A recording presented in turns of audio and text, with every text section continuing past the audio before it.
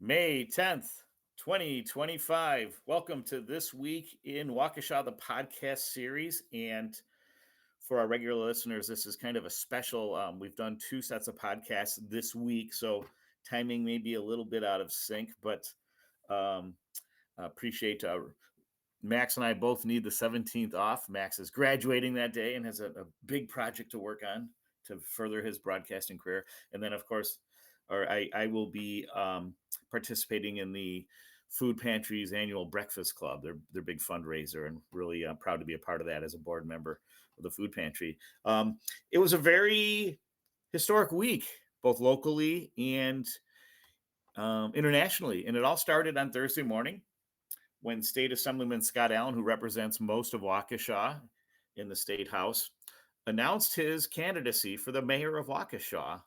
A big surprise for everybody. And since the election doesn't happen until April of 2026, some would say a rather early timing on the announcement. And but just a few hours later that day, I guess that local thunder was kind of taken away by the big news globally in Rome, and that it was the announcement of our new pope, Chicago-born Robert Francis Prevost, who will be known as Pope Leo XIV, and the first North American and the first United States citizen to be pope, and also a dual citizen of Peru, where he spent many of his years as a missionary. And so that obviously very exciting news. It's also Mother's Day weekend. And as someone that I have no mothers to celebrate with here on earth anymore, except for my beautiful wife, Melissa, I've learned to appreciate that mothers can come in many forms. Our schools, for instance, the term alma mater means other mother in Latin. And so with this podcast, we are saying goodbye to a longtime mother of Waukesha, the University of Wisconsin-Milwaukee's at Waukesha. And to talk about that is their interim dean, Ron Gulotta. Ron, how are you today? I'm fine, thank you. Terrific. And regular listeners may remember Ron was on the radio show back in November to talk about a special event to celebrate the legacy of UWM Waukesha. And he also had a couple other guests. I believe that was Margaret Millspaugh, a former student and graduate, along with Ann Mitchell Moore, who is she's an instructor in the communication and theater arts area for the college. Did I get those correct, Ron? Correct, yes. So, and back then we were talking about a great concept they had as a kind of a last hurrah, Corby's last roar, and Corby is the name of the mascot, if you will, the nickname. Was that a cougar for the Corby the school? Cougar, yes. Corby the Cougar. So, and this event takes place. It's right around the corner now on Thursday, May 22nd, from 4 to 8 p.m. And so it's a great time to talk about what's, I guess, as we're closer to the date, what are some of the things we can expect or that have you've been nailed down, since our talk in November. Sure. So we've had a number of students and some staff and faculty members working on preparing a number of stations throughout the campus where the history will be told. And so we've had students who have been doing interviews with past staff, faculty, Yeah. and students, getting their take on their years here and what the campus meant to them over the years. We've got slideshows um, to document the life of the campus as it transitioned over the decades. Um, we'll have some live music and a place for folks to gather. There'll be opportunities at different times for groups of students to meet up with certain groups of former faculty and staff, little Yeah. reunions. How fun. Some of the old uh, organizations over the decades will have certain reunion times where they can meet and chat, check in with past members of whatever that might be. Some of that goes back to the days when there was a radio station at Waukesha, Nice. Okay. WYRE, Wow. Very neat. uh, and that had its own very tight knit uh, following of students and supporters and listeners. So that will happen. There was a routine event for a couple of decades called the Madrigal Dinners. So they Right. will have a chance to catch up with each other and um other organizations, clubs, and things. Um, so those are some of the highlights of what we Neat. will have. Kind of an Sure. open house, wander around, So see all the are invited. displays. Yes, Okay. yes. Terrific. Good. Good. And I apologize. How many years has the college been around? So the college opened technically in 1966. Okay. The campus wasn't completed at that point, so they held their first uh, semester's classes at what was then Mount Holyoke Seminary, Mm, which was in the building on county grounds um, in the mid that recently was torn down. It was an old mm. hotel back in the Springs days. Okay. Um, so it was the old Human Services building Oh, for the county the more on Downs Moore Mud Downs Pass. Golf Course. Yes, Yeah, yep, yep. yeah, So yep, I remember as an alderman, I had voted against the county's plans in a yeah, quasi trial in which we had won, the opposition won in the Landmarks Commission, but unfortunately, a couple years later, that had been reversed. So, yeah, but yeah. so we can safely say that it's the history spans more than 50 years of serving Waukesha Yes, and in fact, we had a the world. 50-year anniversary a few years ago, so Yeah. this will be So 58 years. wow. Sure. So, do you have an expected attendance in terms of a head count? Well, we don't have a perfect head count, but what we have is respondents who have indicated that they are planning to attend. Okay. That is um, well over 250 respondents, and we expect that many of those are plus ones. So Okay. we're anticipating a crowd anywhere from 300 to maybe 600 people. It's hard That's a nice size. to Sure. pin it down. Sure. Will there be have there been any commitments from any local leaders to mark the occasion? No, not that we're aware of. Okay. Um, and I can kind of appreciate that that might be a touchy spot Yeah. since they're involved in the closure. Yeah. Yeah. So, That's a yeah, good but point. we do Good have point. some friends who have been around for a long time. We had invited former county executive Dan Varakis to attend, Mm, but I think he had some other commitment, okay. uh, had indicated to us that he wouldn't be able to Sure. attend. Sure. So, Well, and I remember in the radio show we talked about some of the more notable alumni, and I think one of them a former governor or higher ranking public official, if I recall. one of our alums was the state attorney general who recently ran for state Supreme Court, Oh, Brad Brad Schimmel. Schimmel. Okay. Um, Former county executive in Dane County, Kathleen Falk, was an early Mm, graduate. I think okay. the early 70s, Wow. early to mid 70s was attended here and was a Sure. graduate. Sure. Dan Varakis was a student here. There you go. Um, Well, and in as other well industries for a short too. while too. Also, Paul Farrow Okay. was on campus. That's great. Well, and in other industries too, I know the university is well represented with alumni that are doing great things in Waukesha, I'm sure, in business and in education and uh, Yes. other areas. A quick story: we have an annual event honoring students who have received scholarships. We hold that in the fall, and a number of the sponsors for those scholarships show up to be present when their scholarships is being awarded. Okay. Um, we also honor distinguished alums at that event, and so Nice. we have other guests that come to hear our distinguished alums speak. Sure. Um, One guest who stopped me after the event was telling me how important this was for his start. He is a renowned heart specialist Wow. cardiologist who has actually several patents on devices that are used in heart surgeries. Wow. So that was a neat one to hear, Sure. um, and lots of other stories of folks who've gone on to do some wonderful things. Sure, sure. And you mentioned that there's a really a concerted effort by students to conduct interviews, oral interviews, or histories, if you will. Um, and so I'm sure a lot of that will be collected and archived. Will that be donated to the Historical Society, or will you be doing a time capsule of sorts, or any plans on that front? Time capsules. There's another story there. Yeah. Um, we will gather this, and some of it will be archived at UWM. Some of it Okay. will give to the Historical Society, or if Nice. they will take it. So we will Sure. find homes for some of this archival stuff. Terrific.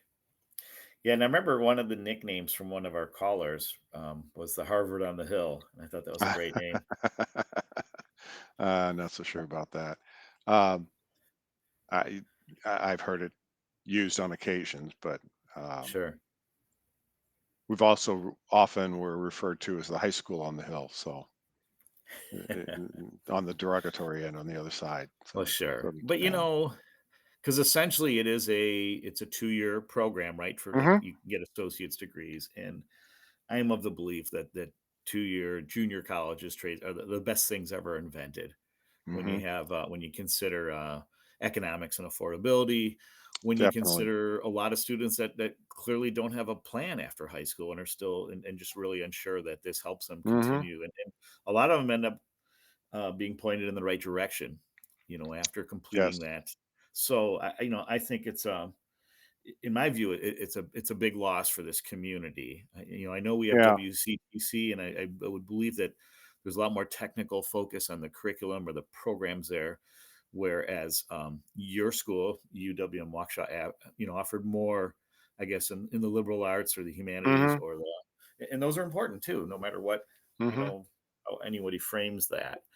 And so, where what seems to be, I guess, the plan, I guess, from for many students that want to continue their education that you know of? So we held commencement ceremony, or a convocation ceremony, I need to say, not Okay. actual conferring of degrees, this last week. And students indicated what their plans were, our current students, where they were going and what they were going to be doing. Some are going to continue to work on their associate's degree. They can do that at UWM. Okay. Others are simply transferring directly in and will start regular curriculum at UWM, was the Okay. most common place where our students were going. Um, Whitewater is the second most common, and then Okay. Madison. A few students going to WCTC. Okay. WCTC is also offering an associate degree program now, Great. so they can Okay. that part will continue in Waukesha County. It won't quite be the same as UW Waukesha was, in that it's mixed in with all of the technical stuff, and the WCTC campus is just really huge compared to us. We were a small family kind of oriented Okay. uh, campus, which was good student life wise for a lot of Sure. Sure. students. Okay. Yeah. Terrific. Yeah. So, and switching gears for a second, at the time we're recording this podcast, the Carroll University, the other school in Hmm. town, their women's lacrosse team, who captured their first CCIW conference championship last week, are playing Lake Forest today at 1 p.m. in the first round of the NCAA tournament. That game is at Denison College in Ohio. So I wanted to, just a quick shout out and a best of luck to them. And it's exciting. Hmm. There's been so many great strides in Carroll's athletic program, and women's lacrosse has been another great example. So wishing them the best. And then but returning back to UWM Waukesha, Ron, what's the feeling around campus? Knowing that within a few weeks, or I guess June 30th, I guess is the final day um, about the closure. Correct. That's very interesting. That obviously there's a good deal of sadness on the part of faculty and staff who've worked there for many years. Um, but there's been a very positive uh, feeling and atmosphere around the campus all year. Good. Our current students have been the most joy filled, um, appreciative group of students that I can remember in recent history. And that has really helped the faculty and the staff carry through and finish out our Nice. mission. So I really love to they've hear been that. wonderful. They have Sure. been wonderful. Sure. And of course, we can't forget the faculty and staff. Is there are you aware of what many of the plans are for continuing their careers once the school closes? Yes, I can say that overwhelmingly, faculty and staff have new positions. There are a few that I'm aware of who have not yet secured another position, Okay. but um, 6 or 8 or so Okay. are still in their search processes. But the vast majority have secured other forms of employment. It's not for the faculty. For many of them, uh, especially those continuing with UWM, they're losing their tenure, they're losing their Mhm. prestige of being faculty, Sure. um, becoming simply instructors, or as UWM now refers to them as teaching faculty. Yeah. Um, so they still have employment, they still have their benefits and all that good Yeah. stuff that we all count on. Sure. But it's a bit of a loss too on that. Well, sure. I mean, that's a As big part of the Yeah, academic yeah, career is that track and achieving yes, tenure. yeah. So I'm certainly very empathetic on that. And So so, but on the positive side, you've been involved for, is it more than 25 years? Did I get that right, Ron? At the school? 25 years, yeah, this 25 year. years. Yeah. So your silver anniversary. What have been some of your favorite memories during your time there at UW? I know that's a very open ended question, but Yeah. what are some that come to mind? I had previously taught at a 4-year, what we call comprehensive, sort of like a whitewater Okay. sized institution. What I appreciated was that the faculty at the Waukesha campus was very interdisciplinary. You didn't have a whole siloed department of just one Yeah. academic focus. So Okay. you talked with people who were political scientists and biologists and mathematicians and shared your curriculum again with each other and kind of highlighted and bounced off of each other, which really helped, Sure. I think, the students Yeah. too. Yeah, that's an excellent point because I've seen in having gone to a Big Ten school, I've seen where there is some of that little kind of turf war or Oh yes. envy or whatever among departments and like Yeah. you said, siloed academians. Mm-hmm. So that Mm-hmm. is I think that contributes to a very positive culture and educational environment Yeah. uh, that was That the regime, if you will. that's been one of the highlights. The other highlight is in the student life area. There's countless things that our student life program has done over the years. And Friday was the last study day, pancake day. We had developed a That's tradition great. over the last 15 years of starting our study day with a pancake breakfast with pancakes Nice, cooked by faculty and staff. And that went off without a hitch, with nice. good participation just Sure, yesterday morning. So sure. Terrific. that's been a fun part of campus life. That's great. Now, will you have a specific station or anything you'll be doing for Corby's last roar? No, I don't have a particular duty or responsibility other than pitching in and making sure that the other duties are filled. So So you'll get to enjoy yourself then after so many I years hope of hard so. work. Yeah. And Sounds great.